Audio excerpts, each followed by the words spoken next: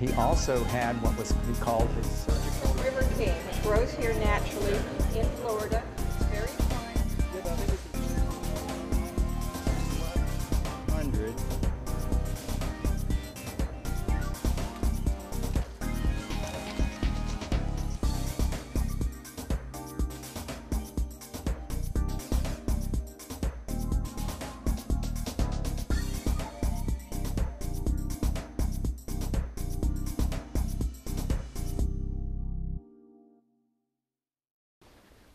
All right, I had no idea you're going to read all that stuff, so I wrote my own little short bio here that I will just skip over.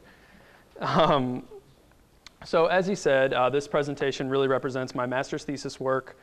And before I go into any more detail, I'd like to give just a little short background of how this project came to be. Before I even began classes at USF, this would have been about mid-August 2010, my primary advisor, Dr. Nancy White, invited me on a field trip to the buffer preserve up at St. Joseph Bay. I knew that I wanted to study late prehistoric coastal Native Americans, but I didn't have like a set research question or research questions in mind. So the purpose of the trip, for me anyway, was to revisit previously excavated sites, search for new sites, and hopefully discover a thesis topic in the process. Okay, so for those that don't know, St. Joe Bay is located in Northwest Florida, just west of the Apalachicola River. As you can see coming down around here, the town of Apalachicola is right about there. But the entire map here shows, more importantly, the entire lower Chattahoochee, Apalachicola River Valley region.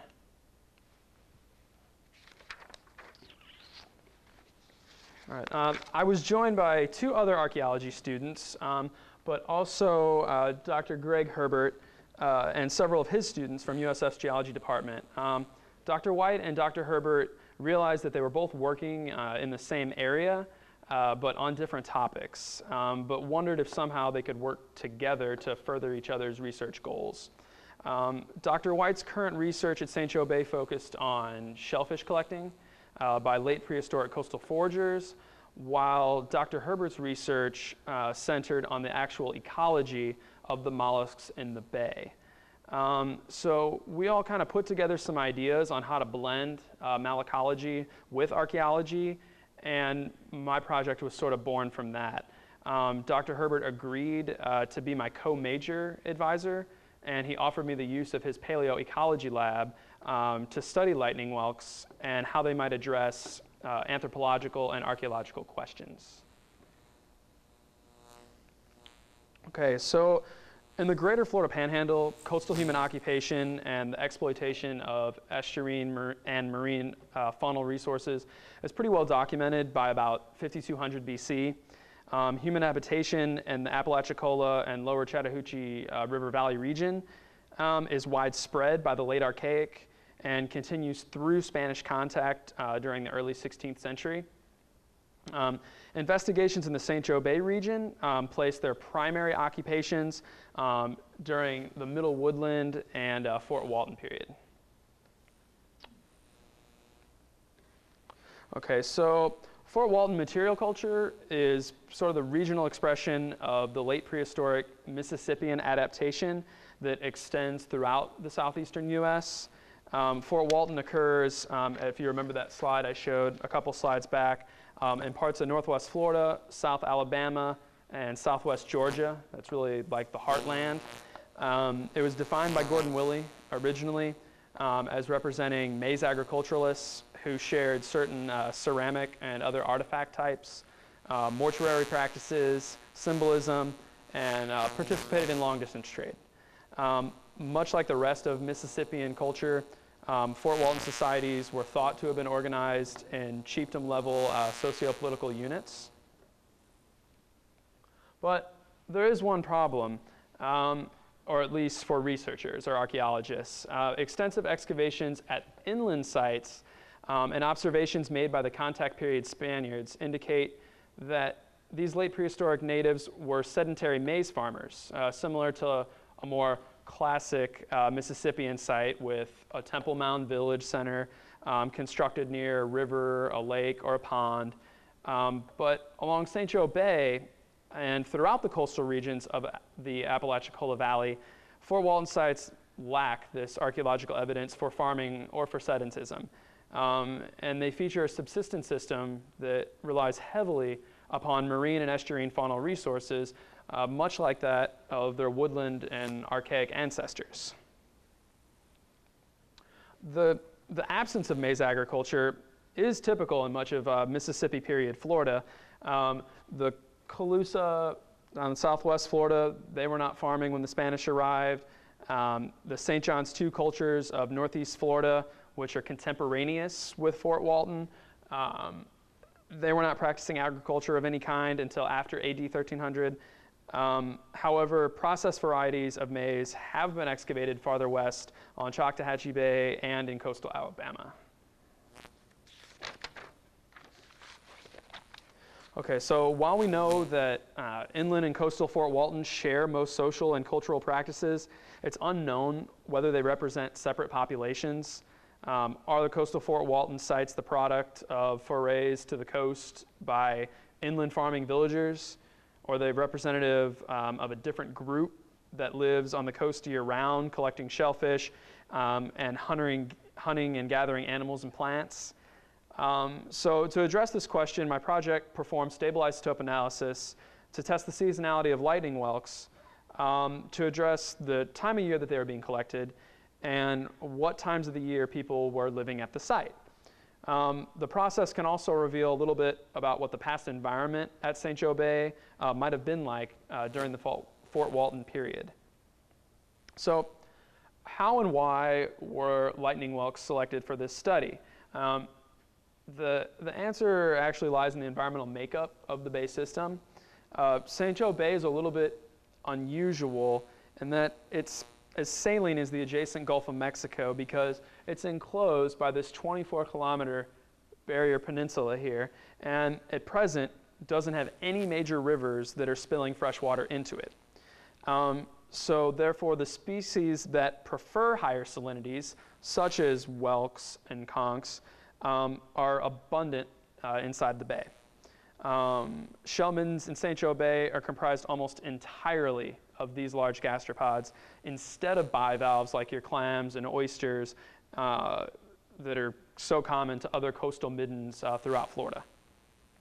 There are numerous sites along the bay. As you can see here, I've got them all highlighted, but I selected Richardson's Hammock because there were numerous well-preserved whelks, all dating to the Fort Walton period.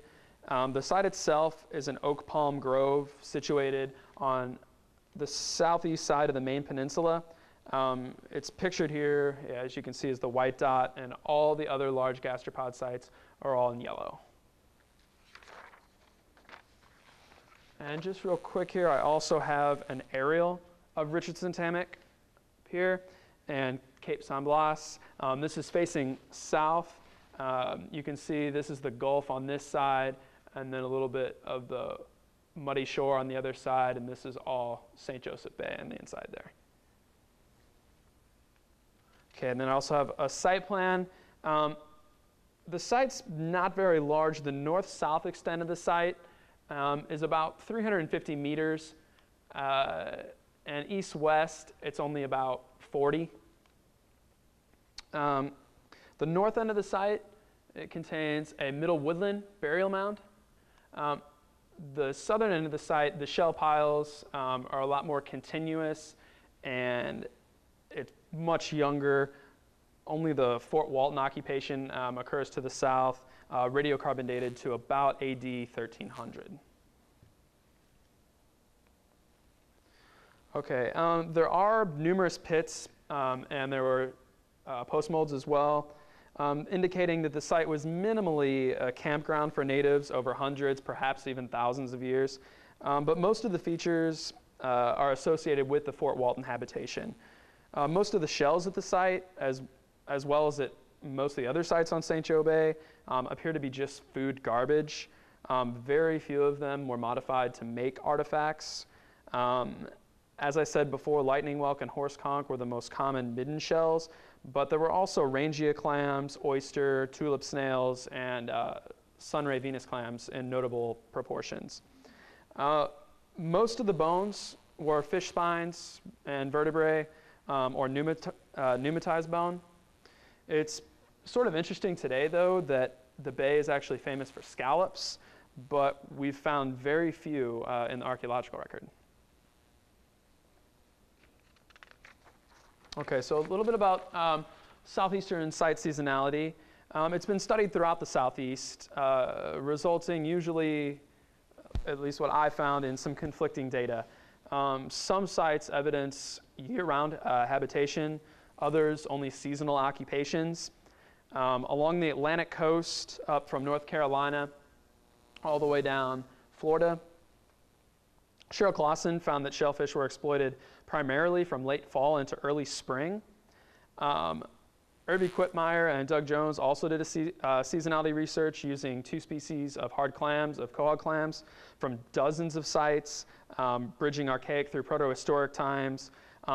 Their sites covered a similar range as Clausen, but their geochemical results conflicted with Clausen, and they suggested that year-round occupation was pretty much the norm over the past 4,000 years of prehistory. Of 38 sampled shell middens up and down the entire Atlantic coast, they found that almost 40% were the result of year-round collection, and the remainder were collected winter through summer. Separate studies by Quitmeyer found evidence for year-round occupation also in southeast Georgia, though he admitted the timing and intensity of his collection varied. And in addition, separate studies by other scholars, they suggested that coastal sedentism was the norm for parts of east central Florida and all the way up into coastal New York. Now, if the seasonality data are restricted to only sites in Florida, they still produce contradictory patterns. The Florida Gulf Coast assemblages show that 36% of middens were the result of year-round collection, but other samples were collected spring through summer. There was a single site that showed seasonal fall and spring occupations in northeast Florida, where the coquina clam was exploited only during autumn, and at 2 sites in Charlotte Harbor, down in southwest Florida, where shellfish were harvested late winter through early spring on Jocelyn Island, but only during spring on Usepa Island. So we're getting a lot of differing patterns here. Some trends in ethnographic data suggest that climatic shifts between wet and dry seasons, ceremonial activities, proximity to the actual shellfish beds were the primary factors that regulated shellfish collection. The problem is research in St. Joe Bay has not yet produced any seasonality data, such as bone or plant remains from any seasonal species. And stable isotope research in Florida and the greater Southeast, it suggests year-round collection and habitation, but the principles governing it remain unclear. So, and even further, most seasonality data are limited to those bivalve middens and are largely focused on the Atlantic coast. And recent research throughout the eastern United States continues this trend. So there's a paucity of information on prehistoric Gulf Coast foragers, especially those that are focused on large conchs and whelks. So my research also asked whether existing stable isotope data from Florida could be generalized to predict the seasonality of all coastal foraging sites in the region.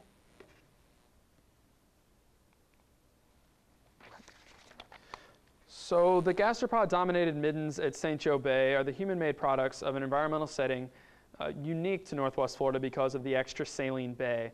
And because the bay is so unusual, I originally thought that resource procurement schedules may have differed from those documented by Quitmeyer elsewhere in Florida. Recent research in southeast Georgia suggests that hand harvesting intertidal whelks can deplete a population in less than a month, a phenomenon that would have been atypical of a late prehistoric Florida bivalve midden. So even though lightning whelks are more elusive than oysters, perhaps, they're not lightning whelks because they're really fast. While Whelk and horseconch appear to have been the more abundant during the woodland and Fort Walton periods in St. Joe Bay than present times. They're far less common than oysters and clams, both in the archaeological record and among modern populations. And their low numbers might not have supported intensive year-round harvesting. Okay. Ecological research at Alligator Harbor, east of St. Joe Bay, on their activity patterns found that they were highly abundant from December to April, and they weren't sighted as often come May, and they remained in lower densities throughout the rest of the year. So I initially proposed that Fort Walton people were seasonal visitors to St. Joe Bay, harvesting Busycon only during the cooler months, the times of the year when they were supposedly the most active and possibly easiest to obtain. Other aquatic foodstuffs such as fish and sea turtles are available throughout the year regardless, and probably accounted for a greater portion of their overall diet. Okay, so a little aside before I go directly into my methods. This research, I just want to say, was only possible because of prior research performed on the growth patterns of a modern Busycon from St. Joe Bay and from Tampa Bay, which was done by Jennifer Slicko, a former PhD student of Dr. Greg Herbert's in the USF Geology Department. She established the baseline data on stable oxygen and carbon isotopes of modern shells to which I could compare the ancient shells collected by prehistoric people. Okay, so for this research, I looked at oxygen and carbon isotopes, so I'll try to keep it as straightforward as possible. The shell growth of all marine mollusks occurs in relative equilibrium with the seawater and is recorded in the shell's oxygen signature. So an oxygen isotope can record the temperature of the water, possibly reflect freshwater input to a bay, or changes in the source of precipitation or salinity. Lighter oxygen values, you can see at the top there, correspond to warmer temperatures and lower salinities, while the heaviest values relate to cooler temperatures and higher salinities. So once these data are plotted in succeeding growth layers, once the growth layers are plotted into the graphs, annual warming and cooling trends can be seen. And they can be used to estimate the season of collection for individual shells. So you'll see the highest points would be summer, and the lowest points were winter. So if you have a full year of growth, you can determine about what season it was collected based upon if we were entering or leaving like a warming or a cooling trend. If the temperature was slowly warming, you know we might be coming into summer. If it's already hit the absolute peak, it's at its warmest temperature and it's working its way back down, you might be entering fall or into winter. And the amplitude of those patterns is simply influenced by interactions between temperature and salinity. So like a wet and a warm season might produce a different signature than if it was a really dry, warm season. Okay, carbon-13 is another source of information about past ecosystems, but it's not often used in archaeology because its primary drivers are kind of difficult to constrain. Aquatic snails construct their shells primarily from chemicals in the water, and fluvial carbon or freshwater carbon is much lighter isotopically than marine carbon due to the input from terrestrial plants. So the carbon value of a mollusk can vary depending on whether it came from a marine, a more brackish, or a freshwater environment. In general, there's 3 processes by which carbon in aquatic organisms has been shown to decrease over time. The first is called the Suez effect, and it occurs across the globe. It usually produces a mean decline of 1 to 1.5 per mil between pre- and post-industrial samples, simply due to atmospheric contributions of CO2, of carbon dioxide from the burning of fossil fuels. and it's actually rather predictable. The second effect is a change in vegetation structure. It's been documented in subtropic and tropic regions of the world, including Southwest Florida. And finally, the last change that could affect the carbon signature is a natural or anthropogenic change in local freshwater runoff. The addition of nutrients, pollution, could drive down a carbon value. So the study of this, of chemical, physical variations, of these elements and growth rings of coral, of shell, of any aquatic animal, big long fancy word called isotope sclerochronology. Happy I said that right the first time. Okay, so as I said before, the environmental variables and the growth habits of 2 modern shells were analyzed to create like a multi-season, multi-year record of seasonality from birth to death, kind of the calibration that I use to study the season of collection for 11 different Busycon shells. So for the modern shells, the entire shell was sampled from the time that it was born all the way up until the point that it was collected. For prehistoric shells, sampling began right there at the shell lip, because that really is the last growth ring that the shell added, the time that it was collected, the time that it died. And it extended backwards, hopefully the goal being to obtain a the final year of growth. And as I've kind of tried to outline in the graph before, that we needed to see a whole entire year on the graph to know whether we were entering or leaving like a warming or a cooling trend to really see what time of the year that it was collected. So by comparing the temperature fluctuations, it was determined that actually these shells don't even grow during the winter time, during the coolest parts of the year. So we knew that the highest points on the graph corresponded to the coolest temperatures, but we weren't really getting winter, and that the lowest were indicative of summer collection. So the species was adequate to test like a winter-only hypothesis, because if the shell was collected during a warming interval, spring or summer collection could be inferred. Okay, so you don't really need to pay too much attention to these. I'll just go over kind of the results. I found that 2 shells kind of had unclear signatures. 2 were collected during cooling intervals, probably late summer or autumn.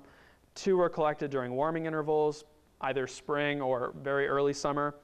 And all of the remaining shells all seem to be collected near the peak, all during summer. So it actually was the opposite of what I originally thought that I was going to find, finding that summer was the predominant collection period for those whelks at the Richardson's Hammock site. And like I said, these all just simply follow the oxygen signature. And now this scatter plot here takes into account, we've got carbon on one side and oxygen on the other.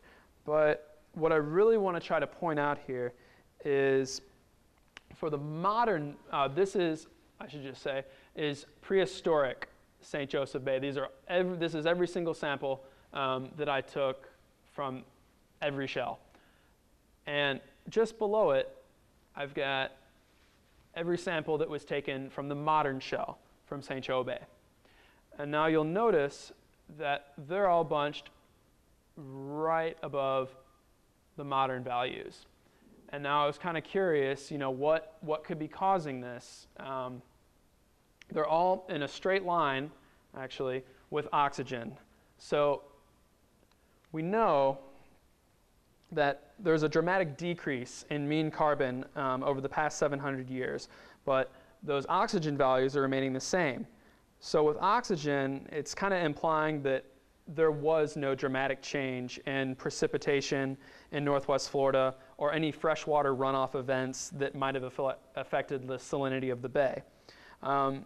In Southwest Florida, carbon values were observed to decrease as the local landscape was shifting towards mangrove forests. However, this region of Florida features, a moderately seasonal subtropic climate not really suitable for mangroves. So an ecological transformation couldn't explain the disparity, between the prehistoric carbon values and the modern ones. So there must have been something else that caused such a notable change.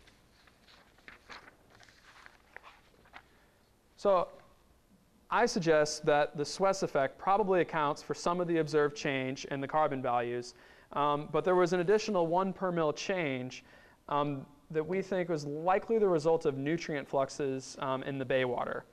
The St. Joe Paper Company paper mill was constructed in 1936 along the shores of St. Joe Bay at the city of Port St. Joe. There was a channel dredged from the deep portion of the bay to the mill site, and the mill itself was constructed on dredged spoil, making it easier for soil contaminants to spill into the bay waters. And a second canal connected the mill with the Intracoastal Waterway 3 miles outside of town. It was a shipping lane, but it also doubled as an industrial wastewater deposit for local industries in Port St. Joe. So the direct input of those terrestrial plants via the paper mill probably depleted the carbon values in St. Joe Bay, and the sewage and the pollution from coastal Port St. Joe likely compounded that effect and ultimately created that drastic decrease that we saw in the carbon values of those shells between the pre- and post-industrial samples. Okay, so what about the inland versus coastal Fort Walton problem that I spoke about towards the beginning? Well, I felt that this research demonstrates that Fort Walton coastal foragers occupied and collected shellfish in St. Joseph Bay during 3, or at least parts of 3, seasons of the year. So I felt that it was unlikely that the inland farmers and coastal fishers represent some intra-annual migratory population, that farming requires quite a bit of investment, time, and energy, and resources, occupying a period of 6 to 8 months. In Northwest Florida, maize is usually planted between March and April and is harvested during September or October. And this time span, it directly overlaps that identified as the predominant collection period for shellfish at the bay. And further, there are 4 large Fort Walton villages with platform mounds that are located upriver or nearby. And mound and village construction are also time-consuming activities. So it's hypothesized that these inland villagers wouldn't necessarily abandon their settlements to collect bay resources. It's impractical to travel a far distance to collect shellfish and fish and other estuarine resources when terrestrial mammals, riverine aquatic species, and agricultural staples were plentiful at inland locations.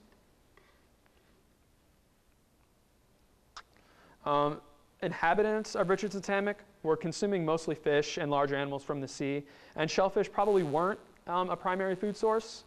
Although my data can't predict whether winter habitation occurred at Richardson's Hammock, there were plentiful food sources available during the cooler months. For example, we have sea turtles pictured here. This was during a cold snap in 2001, where they actually were stunned and just out there floating in the bay.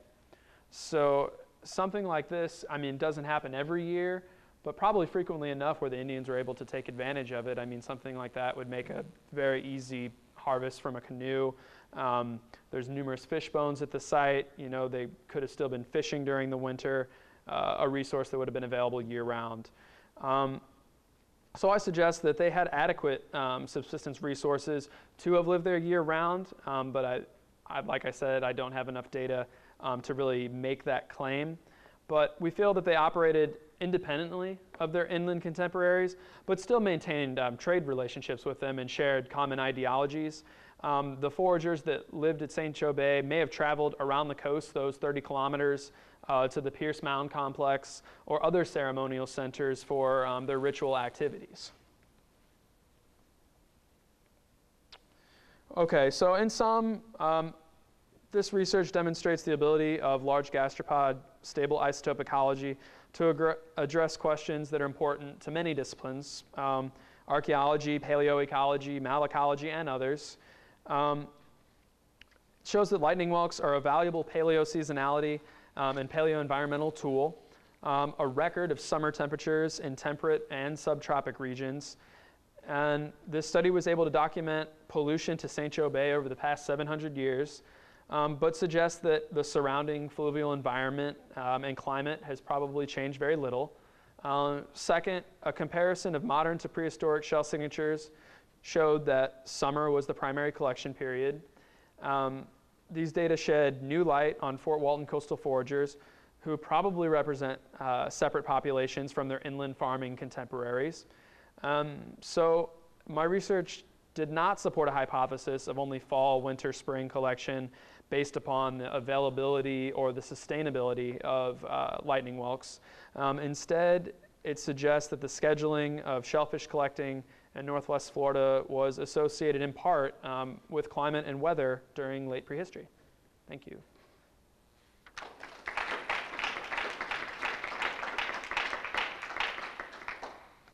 First you have to get the shell, and then you have to bring it into the lab, put it in an oven that bakes off all of the biotic organisms, anything that's alive, because you're actually after like the mineral in the shell. Then you have to drill along the ring, the growth rings of the shell,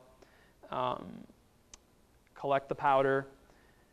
Once you have the powder, you need to get it in front of a very, very fine scale and measure out a particular weight within 20 plus or minus micrograms, which is like, if you can see it, it's almost too small. It's really an art in and of itself. And then the samples are fed through a mass spectrometer, which spits out a bunch of data, but ultimately your isotope ratios, your values that you're going to end up using. Well, they actually have a mass spectrometer at both the USF St. Pete College of Marine Science, and then there's one in the USF Department of Geology. And I actually was fortunate enough to go watch both.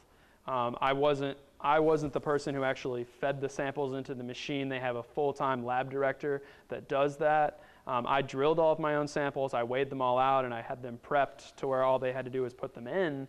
But I was not in charge of doing that. And as far as the training concerned,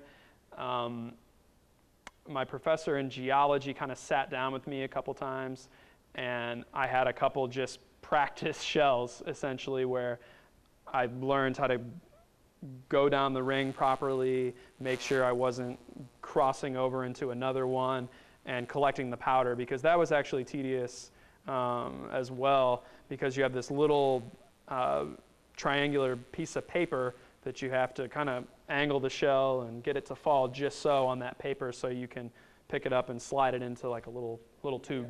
The way that we ended up thinking about it in my thesis was that it was easier to collect them in the summer, even if they weren't as abundant.